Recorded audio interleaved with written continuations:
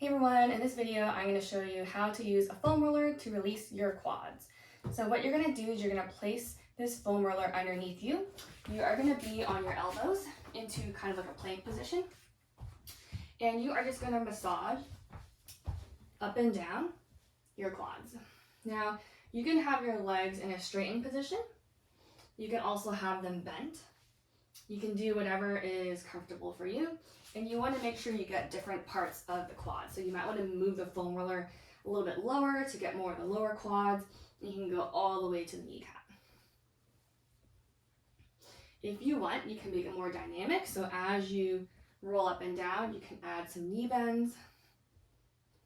Or you can just keep it in one position. So you're going to spend about 30 seconds to a minute doing that. Great. So that is how you would use the foam roller to release your quads. I will also put down different videos in terms of how to release your inner thighs, your IT bands, and also your glutes, so you have reference to those.